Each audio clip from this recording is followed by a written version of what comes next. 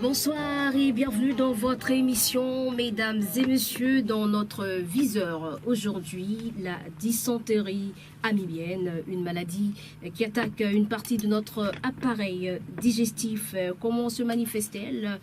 Quelles en sont les causes, les complications, le traitement et la prévention? On voit tout cela en détail avec le docteur Uriel Dassundo. Bonsoir docteur.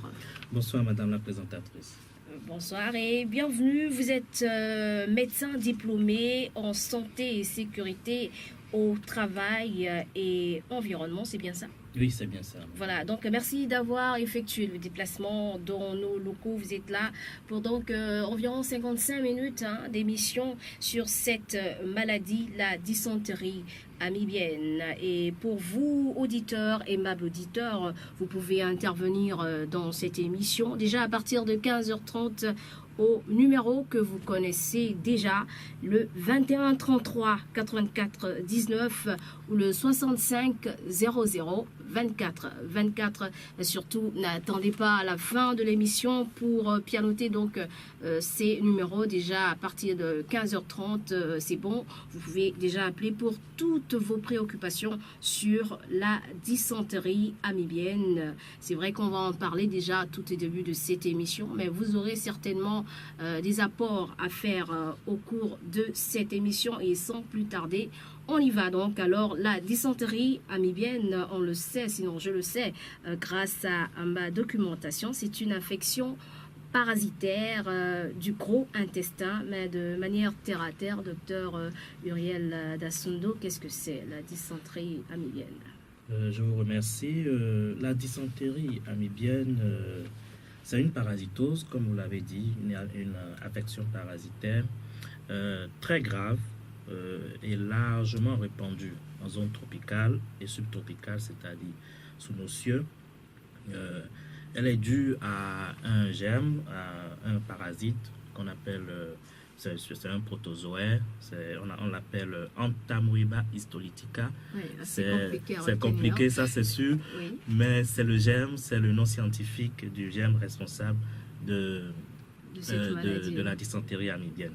C'est une espèce spécifiquement humaine provoquant une diarrhée, c'est-à-dire une colite, oui. Et c'est l'une des causes majeures de diarrhée dans le monde, et en particulier en région tropicale, en région pauvre comme la nôtre. Oui, et avant d'aller un peu plus loin, est-ce qu'il y a une différence? Est-ce qu'on doit faire un distinguo entre la dysenterie amibienne et la dysenterie tout court?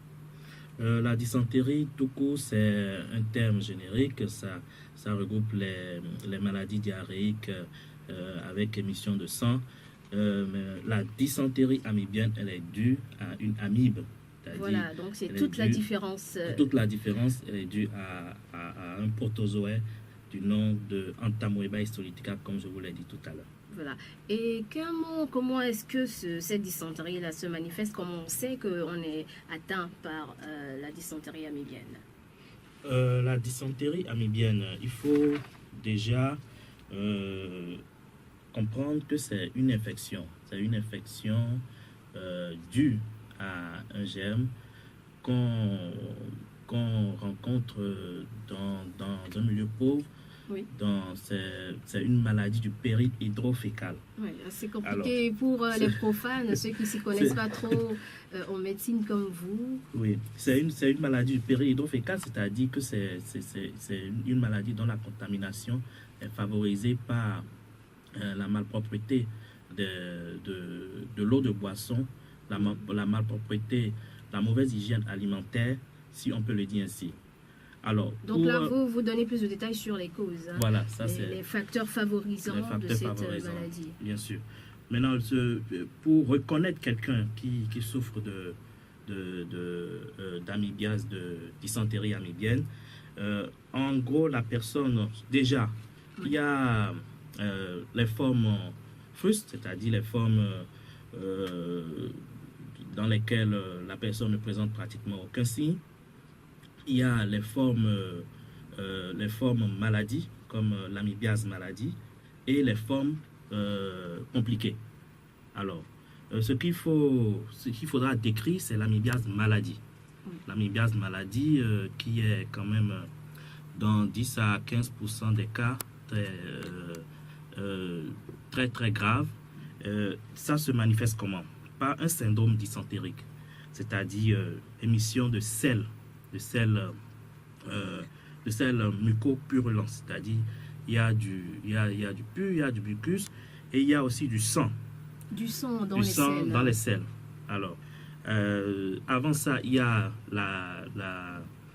les douleurs abdominales, les douleurs très intenses, les douleurs à type d'épreinte, comme on a l'habitude de le dire en termes médicaux. Oui, c'est les douleurs, ça pique ou les douleurs à type de crampes qui vous donnent des crampes au niveau du ventre. Bien sûr, qui vous donnent envie d'aller à la selle et vous allez tout de suite à la selle et vous faites des selles, comme j'ai décrit tout à l'heure, du mucus, du pus et parfois du sang. C'est liquide ou solide? Les selles sont toujours liquides dans la dysentérie. Alors, donc, quand ça évolue, vous voyez la personne avec les douleurs, la diarrhée, une altération de l'état général, c'est-à-dire l'amaigrissement, la fatigue, les yeux sont escavés, le teint est grisâtre et la personne est très mal en point. Donc, voilà un peu les différents signes que nous pouvons détecter chez quelqu'un qui souffre d'une dysentérie amibienne.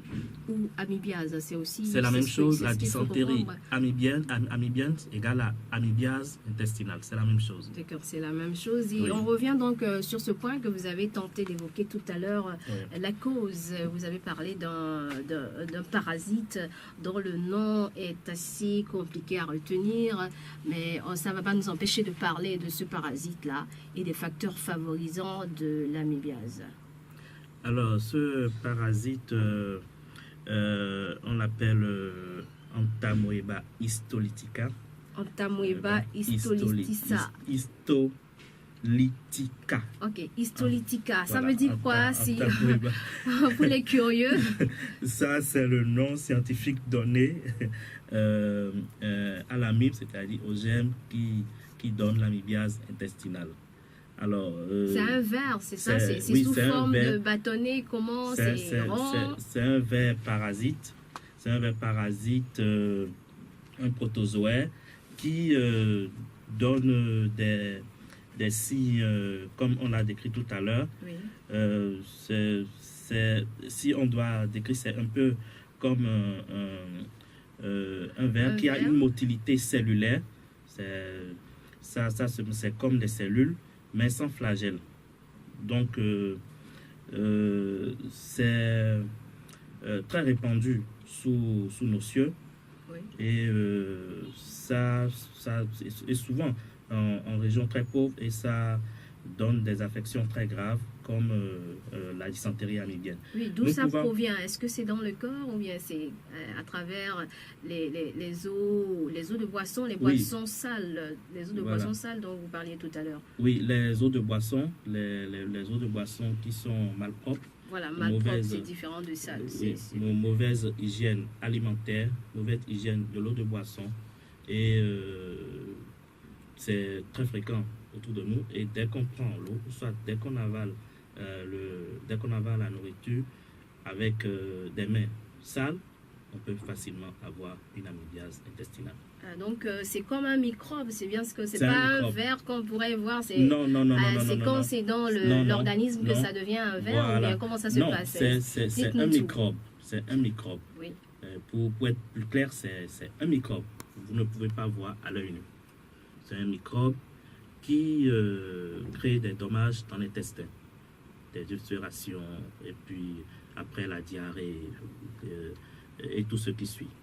Pour détecter ça, il faut une sérologie amibienne quand la maladie est vraiment très évoluée, ou si on veut, on fait une copoculture, c'est-à-dire on prend les selles et on détecte aussi l'amibe dans les selles. Mais à l'œil nu, vous ne verrez jamais.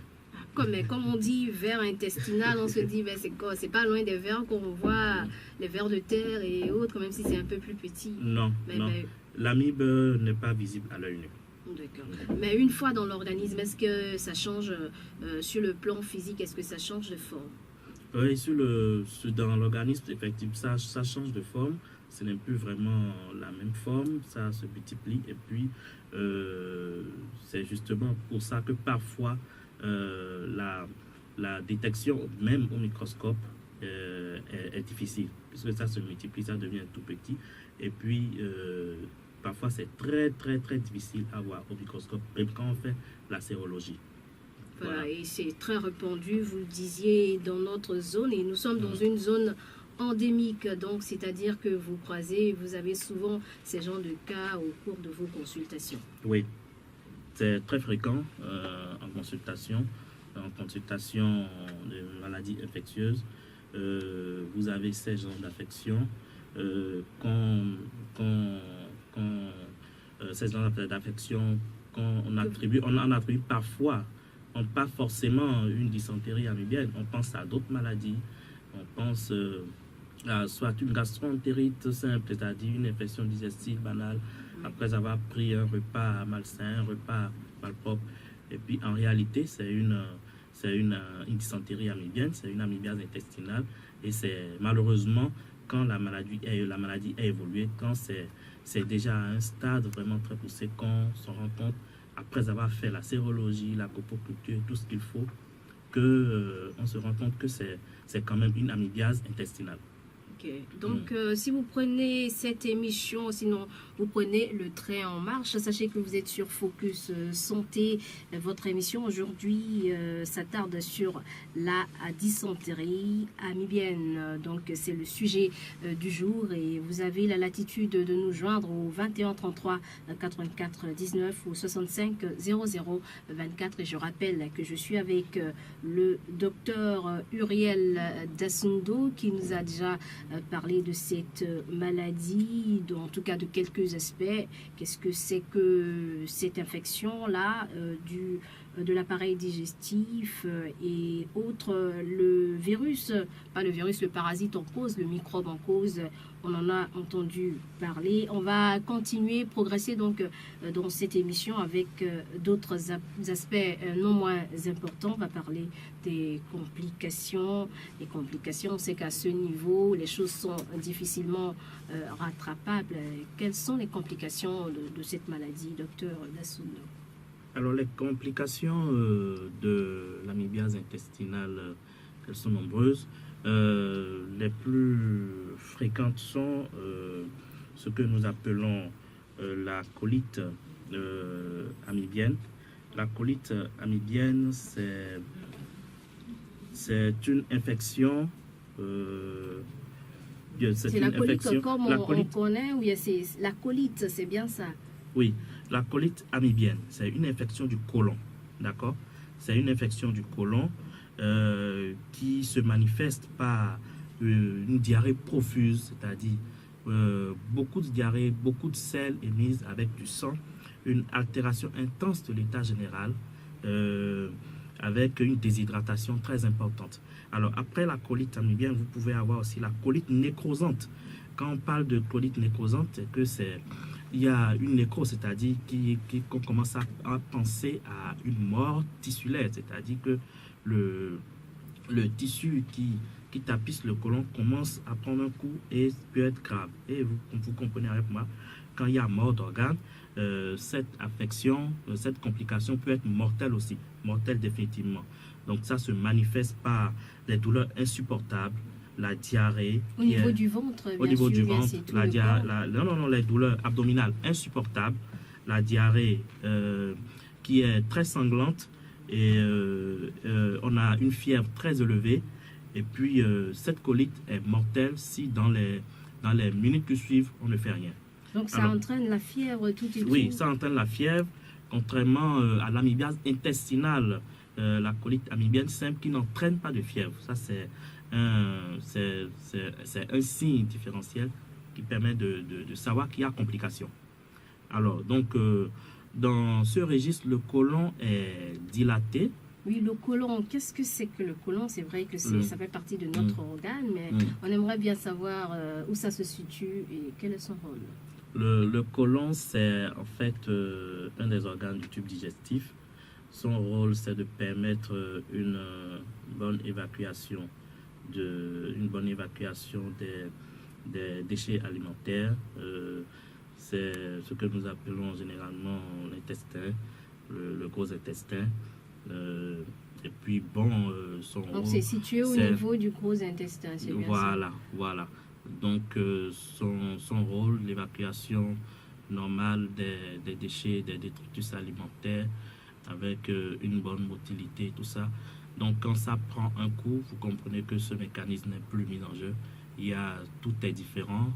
Soit il y a un spasme, c'est-à-dire des douleurs, soit il y a une accélération du transit, le transit qui peut donner une diarrhée, un ralentissement du transit. En fait, le rôle du côlon, c'est de faire transiter les déchets. S'il y a une accélération du transit, vous comprenez qu'il y a donc une diarrhée, un ralentissement du transit, une constipation, et on a un ballonnement abdominal parfois, et puis tout ce qui vient après. Okay, donc c'est donc un point stratégique. Oui, c'est un point stratégique.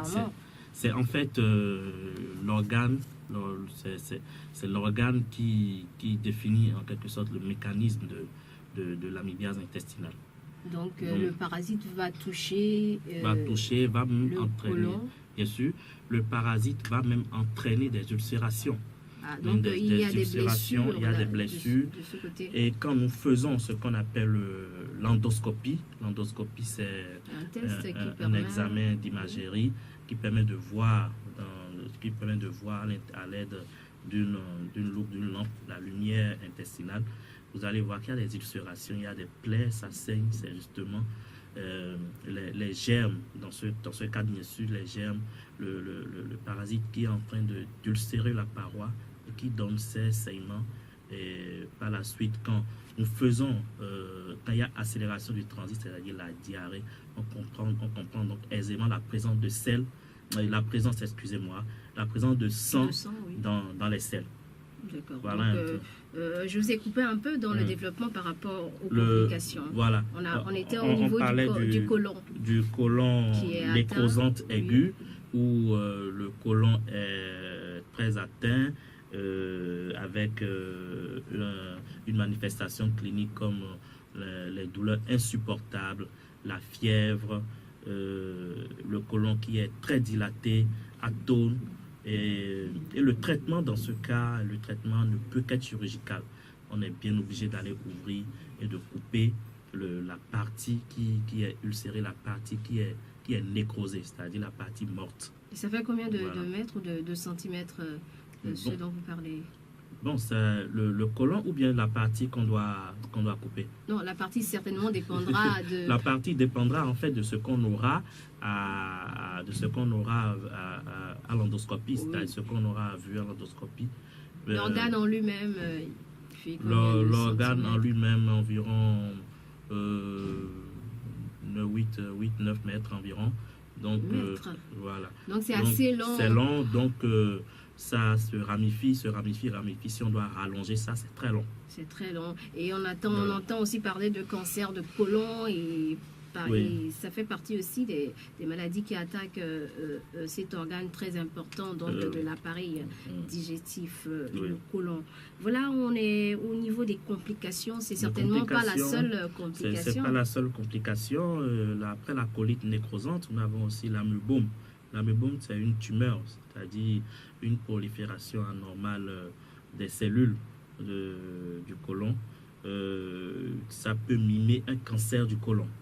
C'est-à-dire, quand on voit l'amebome, on peut penser à tort à un cancer du côlon.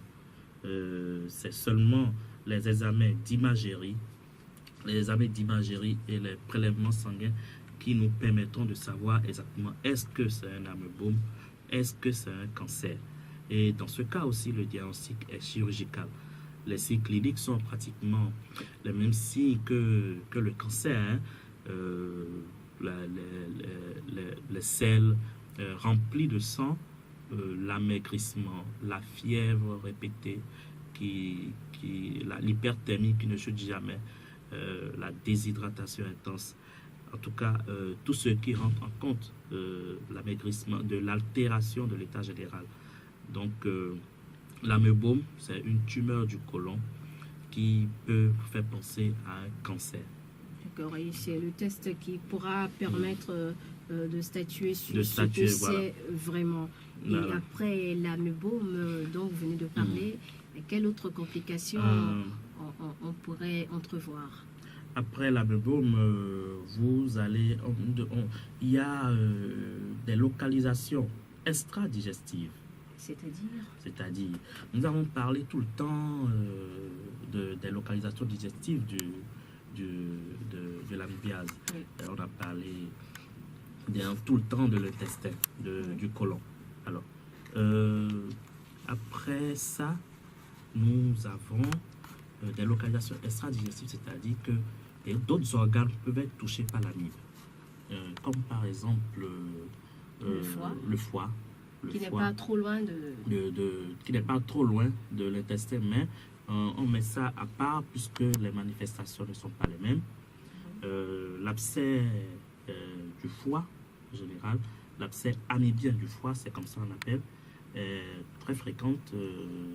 Sur les études ont montré que c'est beaucoup plus fréquent chez les hommes. Pourquoi il y a un facteur favori? Ça, je ne saurais le dire, mais ce qui est sûr, beaucoup d'études ont montré que c'est une affection d'homme. Il y a certainement quelque chose, on aura l'occasion de revenir sur ça dans les prochaines émissions. L'abcès amibien du foie se manifeste par la fièvre. Dans ce cas, la fièvre vous savez, quand il y a de l'abcès, surtout sur un organe noble comme le foie, la fièvre ne tarde pas à être présente et elle est présente de façon permanente. La fièvre ne chute même pas quand vous mettez la plupart des antipyrétiques, c'est-à-dire des médicaments contre la fièvre, la plupart des antipyrétiques que nous avons sur le marché. C'est une fièvre au long cours, d'accord? Nous avons des douleurs abdominales. Ces douleurs sont localisées au niveau de l'hypocondre droit. L'hypocondre droit, c'est une des parties de l'estomac où se trouve le foie.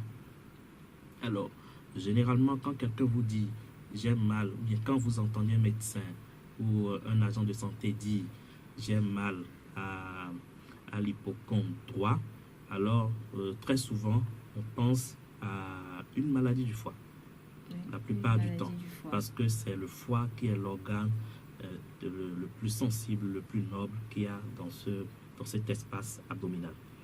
Alors, donc les douleurs abdominales, à type de douleur au foie, qu'on appelle dans le terme médical hépatomégalie, c'est-à-dire un gros foie très douloureux avec une fièvre et la diarrhée aussi qui persiste.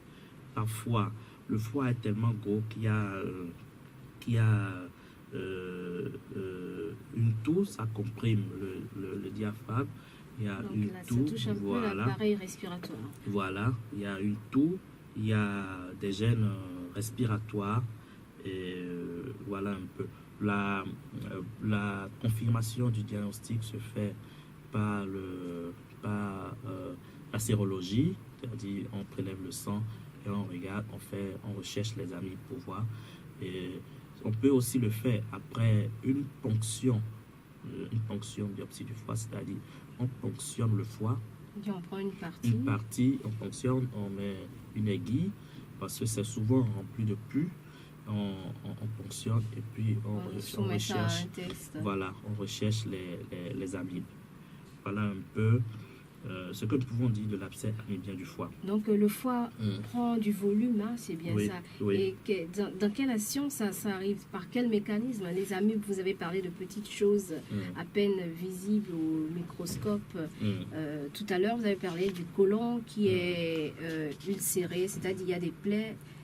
Elles s'activent jusqu'à donner des plaies à ce niveau. Et comment elles font pour que le foie prenne du volume, ces amibes? Ces amibes, quand au cours du cycle, les amibes finissent par transiter, se multiplient, traversent le côlon s'éparpille dans le sang. Ils atteignent le foie. Quand ils atteignent le foie, bon, vous savez, ça devient une infection grave. Les globules blancs se mettent en branle pour défendre l'organisme. Et quand ça se passe comme ça, il y a forcément une infection. Il y a une infection et ça se manifeste tout de suite par la fièvre. Il y a du pus parce qu'il y a tellement de mécanismes qui se mettent en branle et finalement les signes sont visibles tout de suite et on ne peut rien faire d'autre que d'aller très vite. Voilà. Donc après le foie, qu'est-ce qui est touché par ces parasites-là, ces amibes-là? Alors, après le foie, vous pouvez avoir par exemple les poumons. On a déjà vu des amibes dans les poumons. C'est vrai que c'est rare, ces localisations. Il y a les poumons, il y a surtout la plèvre, qui est l'enveloppe qui entoure les poumons, la plèvre. Il y a le péricarde qui est une des tuniques du cœur. Vous pouvez avoir aussi des amibes à ce niveau. Il y a la localisation cutanée, la paroi abdominale. Oui. On peut avoir des amibes, des localisations comme selles génito-urinaires, c'est-à-dire dans les urines, dans les voies urinaires, on peut avoir des amibes. Et aussi des localisations cérébrales, hein, on en a déjà vu. Dans le cerveau, qui peuvent donner des abcès au niveau du cerveau.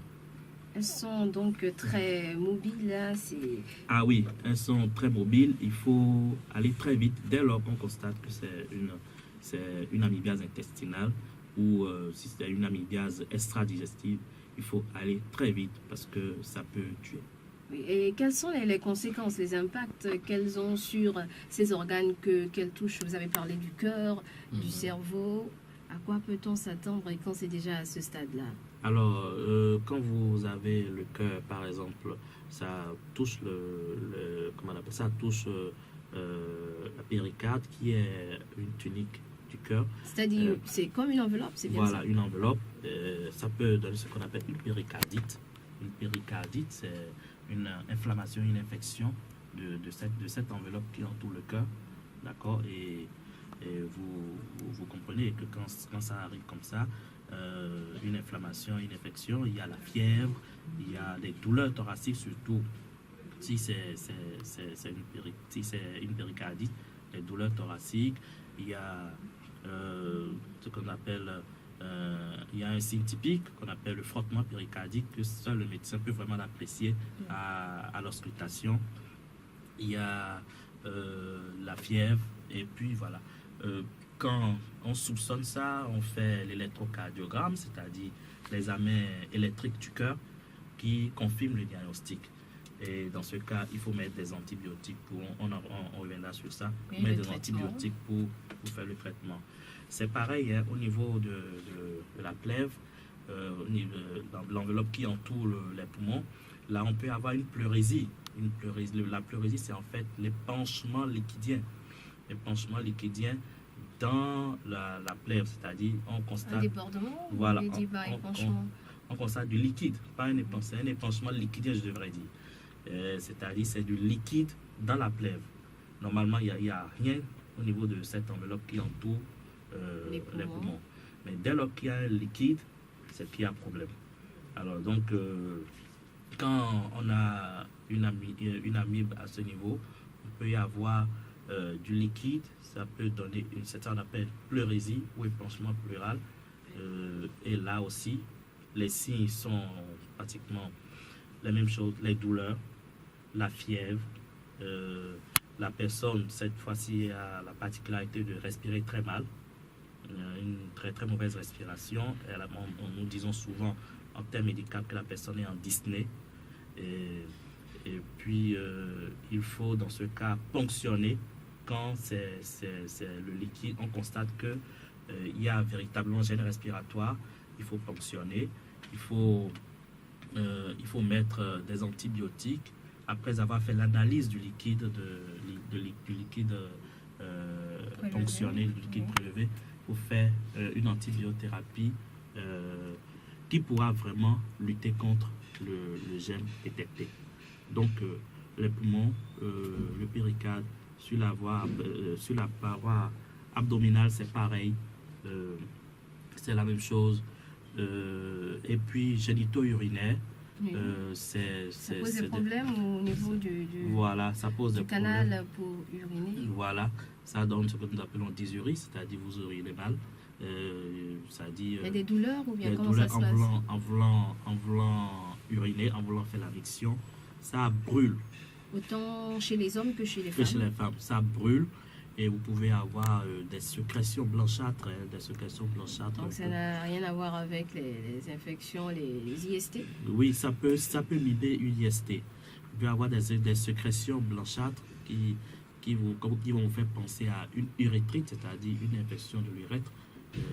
Et puis là aussi, il faut faire l'examen des urines, rechercher le germe pour pouvoir faire un traitement adéquat. Au niveau du cerveau, c'est pareil. C'est un abcès. Là, vous avez la fièvre, vous avez des troubles du comportement, vous avez Les troubles du comportement. des troubles du comportement, bien sûr. Donc psychologiquement, on est atteint.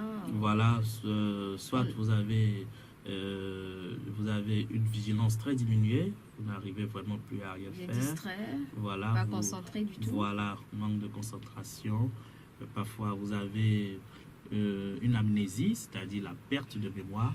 Jusque-là. Voilà, la perte de mémoire. Et on a, s'il y a un abcès, vous comprenez qu'il y a une compression des enveloppes qui entourent le cerveau, tout ça. Et là, il faut lever l'obstacle. Il faut faire des examens spécialisés, par exemple le scanner, et essayer de rechercher un peu ce qui se passe à l'intérieur. Si vous avez la possibilité de fonctionner, ce qui n'est pas très très évident quand il s'agit du cerveau, on fait le scanner et puis on met sur pied un traitement. D'accord. Merci, docteur Uriel Dassondo. Aujourd'hui, on parle de l'amibe, plus précisément de la dysenterie amibienne. Et nous sommes avec le docteur Uriel Dassondo. Et à cette étape, on parlait des complications avant qu'un autre auditeur n'intervienne. Je rappelle le deuxième numéro bien sûr, qui est le 65 00 24 24. Le premier, le 21 33 84 19. Et vous êtes directement sur l'émission. Et côté complications, on a fini de... vous avez donné tous les détails sur ces complications. Vous avez parlé aussi du côté cutané. Oui, le côté cutané, comme je vous l'avais dit, c'est-à-dire que les amibes se localisent aussi. Est-ce qu'il y a des éruptions comme symptômes ou bien tout reste à l'intérieur?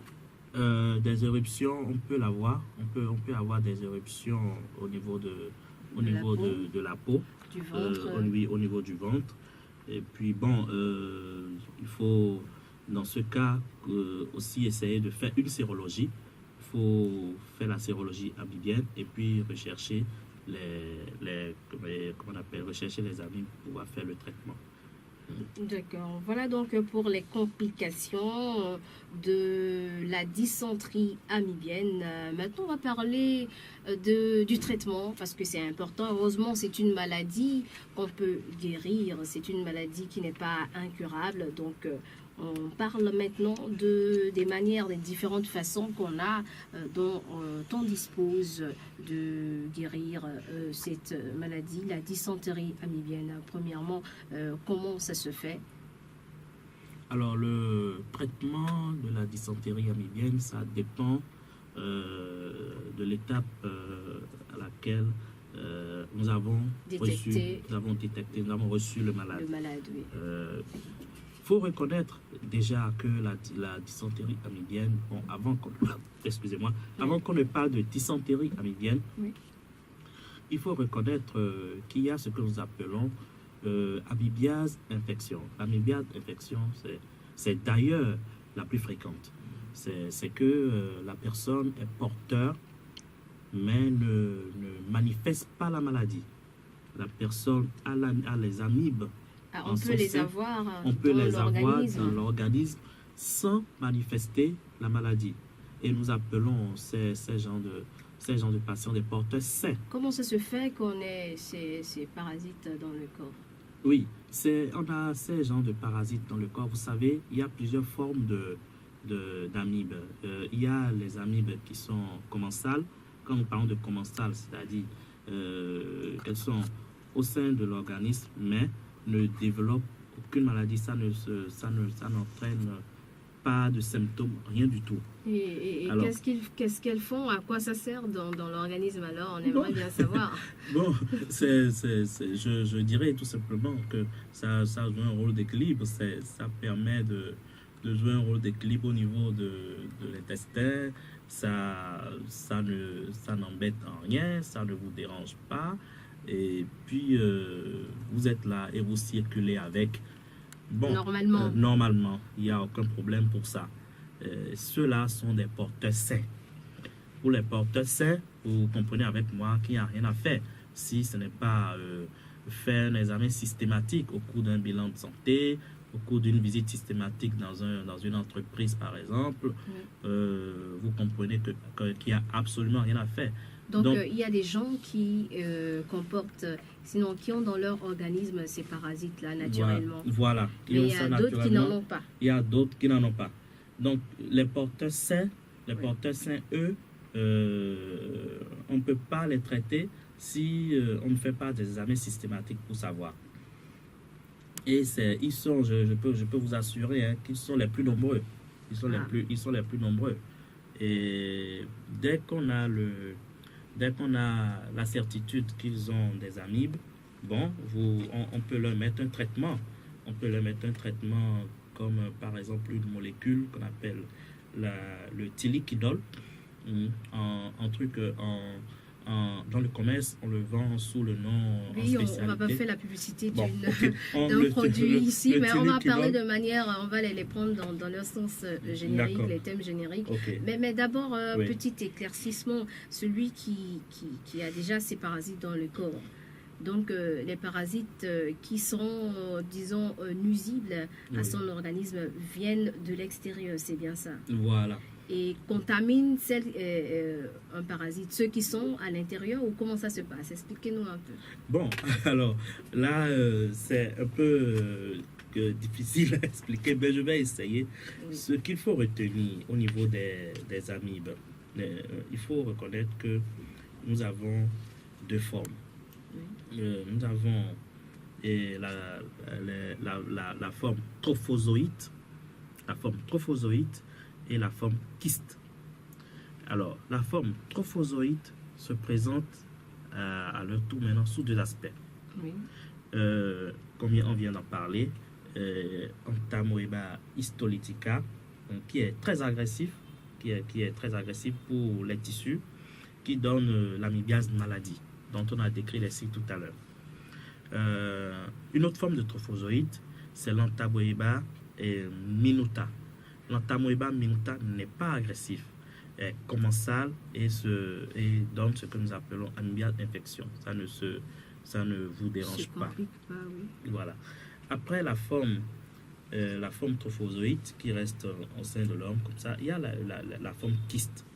La forme kyste, c'est dans le milieu extérieur. Cette forme kyste, surtout dans le milieu extérieur, est une forme de contamination.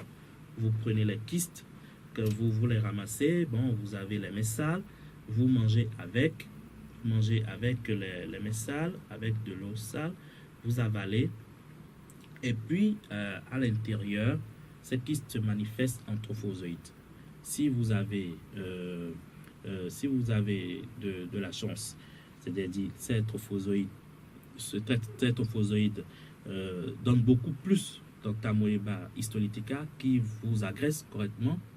Si vous avez de la chance, vous avez l'Entamoeba minuta qui est en grand nombre, qui ne vous agresse pratiquement pas. Voilà un peu le cycle.